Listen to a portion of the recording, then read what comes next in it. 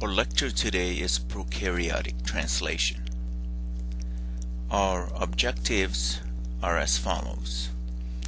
At the end of this lecture, the student should be able to describe the events that occur in initiation, elongation, and termination of translation, the different post-translational modifications that occur, and then, if we have time, we'll get into the process of protein degradation. But if not, then we just cover the first two events. There are three RNA components of translations, and they are transfer RNA, which is abbreviated tRNA, messenger RNA, mRNA, and ribosomal RNA, rRNA. All are made in eukaryotic systems in the nucleus and are transported through the nuclear pores, whereas in the prokaryotic system they're all made in the cytoplasm. Let's talk about transfer RNA. This is a relatively small RNA, consists of an average of 80 nucleotides with extensive complementary base pairing that gives it three hairpin looks, or the clover leaf structure pattern that everybody is familiar with. There are several bases that are modified, and the base modifications are mostly in methylation. There's an anti-coding loop, and the 3' end terminates in CCA, and this is the acceptor arm of the transfer RNA because it accepts amino acids. The last ribose of CCA ends in the 3' hydroxyl group that accepts the amino acid, and so, as we mentioned, it is referred to as the acceptor stem, and it attaches 20 different amino acids using 20 different amino acyl transfer RNA synthetases, and these are the enzymes that catalyze the attachment of amino acid to the transfer RNA. This is a clover leaf structure of the transfer RNA. Again, this is the 3' and terminal region, the acceptor stem that ends in CCA, and this is a 3' OH that accepts the amino acid. And in reality, the structure looks like this, but when we abbreviate it this way, where you have the acceptor arm and then the anticodon. Anticodon again is right here. CAU is the anticodon, and you can see that there's a lot of extensive formation of double-stranded region of these stems of these transfer RNA. These are bases that are complementary to each other. Transfer RNA synthetases, as we mentioned, are the enzymes that catalyze the attachment of amino acid to its carrier transfer RNA. And this consists of two steps. The first step is that an RNA is attached to ATP or AMP. So it is attached to AMP first, and then the amino acid is transferred from AMP to the 3' end of the transfer RNA, and these are catalyzed by the tRNA synthetases. And this is just a mechanism. You have ATP and the amino acid to form amino acyl AMP, which is the first structure that is formed, and then in the presence of the proper transfer RNA carrier, AMP is liberated, and now the amino acid is attached to the 3' OH of the transfer RNA, and you can see that this is the mechanism right here. Ribosomal RNA. Ribosomal RNA have extensive pairing that produce an elaborate structure, and this constitute a complex of proteins and ribosomal RNA that produce what we call ribosome, and it is a scaffold of which proteins are made, and it can be dissociated into two complexes. Prokaryotic system consists of 70S, which dissociates into 30S and 50S subunits, and eukaryotic system consists of the 80S, which can dissociate into 40S and 60S subunits. And this is just a depiction of the structure of the ribosome, which consists of ribosomal RNA and proteins. The ribosomal RNA, or the ribosomes, are more extensive in the eukaryotic compared to the prokaryotic system, and so we're going to go through that when we go through our IRAD and TRAD questions. Now let's talk about the genetic code. If you don't remember a whole lot about the genetic code, I want you to go back and kind of review your basic biology studies of the genetic code. We know that the genetic code consists of 64 codons, 61 of which code for amino acids. Out of the 61, one of them is a start codon, which goes AUG, and then you have, out of the 64, you have 61 coding for amino acids, and 3 are stop codon, UAA, UAG, and UGA. Now, the codes are 3-letter codes. You have 3 letters coding for an amino acid. The 3 letters are complementary to the anticodon on the corresponding transfer RNA, which carries the amino acids that is to be inserted at that position.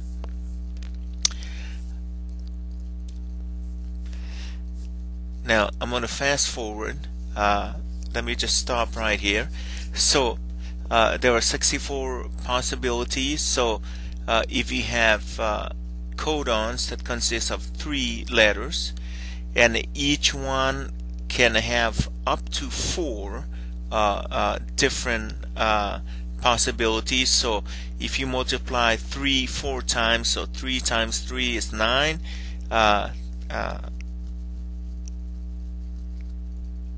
No, you multiply 4 3 times. 4 times 4 is 16, times 4 is 64.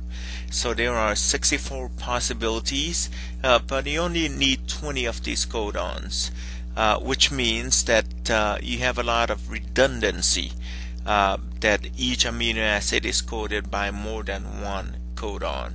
Of course, we mentioned that there are 3 termination codon, and the genetic code is redundant. It is universal. It's present in most living system. The first 2 bases in the triplet are the most critical. If you mutate one of these, it's very likely that you're going to alter the amino acid for which that codon codes for. But there is something called the wobble hypothesis, and it has to do with the 3rd nucleotide that is in the triplet code. Now, we mentioned that the first 2 are very critical, that alteration of the first or the second one will definitely lead to a change in the amino acid. But change in the 3rd codon may not have any effect on altering the amino acid because of the redundancy of the code. And wobble hypothesis states that even if you have a transfer RNA that carries an amino acid, and the anticodon and the codon differ by the 3rd nucleotide, that transfer RNA can insert its load at that position. So every once in a while you wonder why an amino acid now exists in a protein where it doesn't really match up with the codon, and that's the reason why, because of the wobble hypothesis. And this is just the table for the codons. for the genetic code. Please go back and review. There are 3 steps in protein synthesis. Again, just like transcription, there is initiation, elongation, and termination. Initiation begins with messenger RNA binding to the smaller 30S ribosomal subunit. The positioning of this ribosomal subunit on the messenger RNA is mediated by what is called the Shine-Dalgarno segment, which is a sequence of 4 to 6 nucleotides with the following sequence AGG, AGG in the upstream region of genes. This is complementary to the ribosomal RNA in the 30S complex. And so this also requires the binding of 2 initiation factors, initiation factor 1, initiation factor 3. And then this is followed by the binding of initiation factor 2, and then which comes in with the first transfer RNA containing methionine. But this is an unusual methionine because it is formal methionine. And the reason why this occurs is that it protects the amino end from interacting with other amino acid. And so then this is followed by the binding of 50S ribosomal subunits, which its arrival will cause the dissociation of initiation factors 1, 2, and 3, and now the 50S and the 30S now form the complex with the RNA, with the messenger RNA, and the transfer RNA, which is bound to the codon, and this contains the formal methionine. And now this is called the initiation complex. So there are 2 sites that we have to be aware of. There's the P site, which usually contains the peptidyl site, A site, which is the acceptor site that accepts the amino acid that is coming in with this transfer RNA. And at the beginning of protein synthesis, the formal methionine transfer RNA is located at the P site.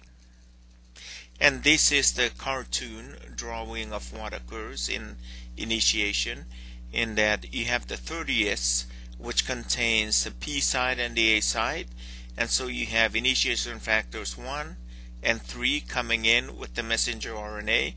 So now we have the binding of the 30S ribosomal subunit with initiation factors 1 and 3, and then the positioning of the P site and the A site. You see the P site is positioned right under the AUG, or the start signal. Then comes in initiation factor 2, which has GTP activity, and it comes in with a formal methionine transfer RNA. So the formal methionine transfer RNA then binds to the with the anticodon, binds to the AUG codon right here. Okay, so then the 50S subunit comes in, and when it comes in, there's dissociation of initiation factor 2 with the hydrolysis of GTP, and initiation factor 1 and initiation factor 3. These are all dissociated, and now 50S subunit now binds to form the 30S subunit plus 50S subunit, and you've got the AUG, which is bound to the transfer RNA with formal methionine, and then you have the messenger RNA. And this is, of course, the initiation complex right here. And then you have elongation, and I'm going to fast forward to the cartoon. I want you to read the rest of it, but here's the cartoon right here. This involves 2 elongation factors. So elongation factor TU, which is again has GTPase activity right here, it comes in with the second amino acid, which is on its transfer RNA. Okay, so that transfer RNA containing amino acid number 2 binds, and then the elongation factor, then with the GTP, now is hydrolyzed to GDP right here. Now, so now you have the other thing that happens is that you have the peptide bond that is formed between the carboxyl group of formylmethionine and the amino group of the second amino acid. So you have peptide bond that is formed. Now you have formylmethionine and amino acid number 2, and both of these are on the transfer RNA that is at the A side. Okay, now elongation factor TS, again with GTPase activity, comes in, and GTP again is hydrolyzed, and so what happens is that transfer RNA that is located at the P side is removed, it leaves, and then there's a shifting of the entire complex downward, one codon forward, and now the dipeptide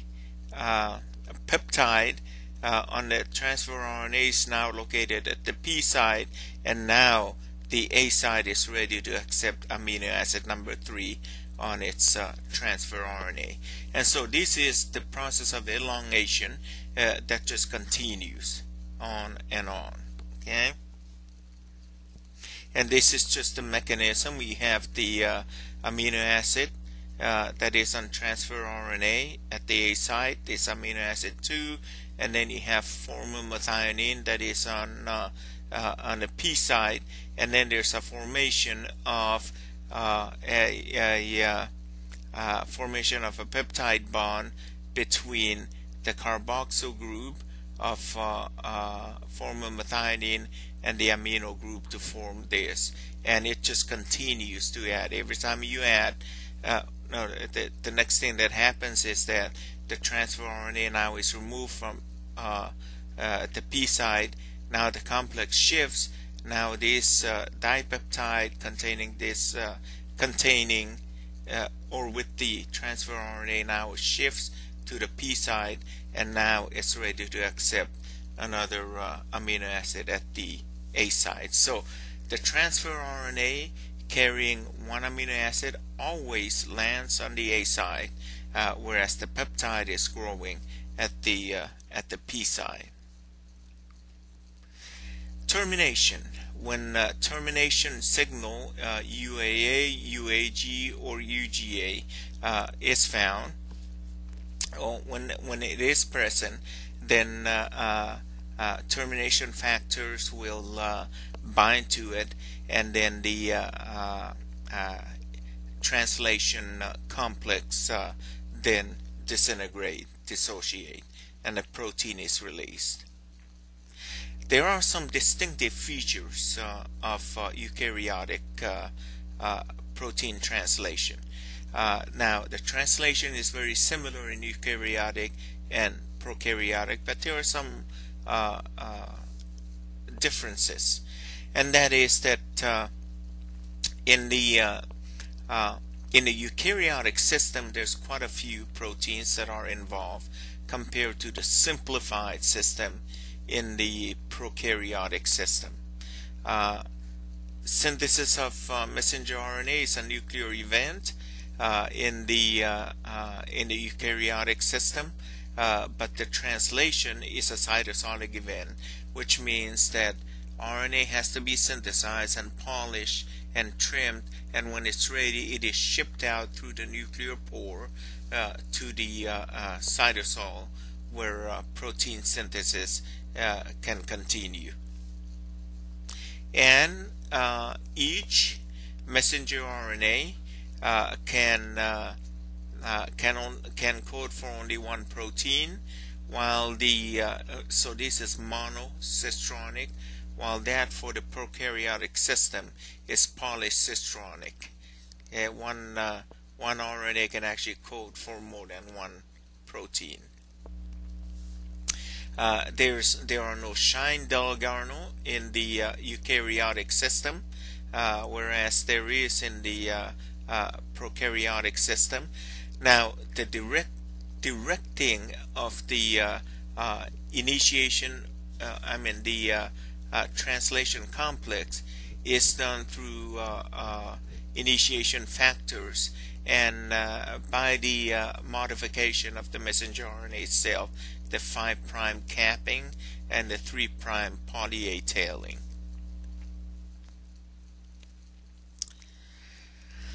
Alright, so translation is followed by post-translational modification.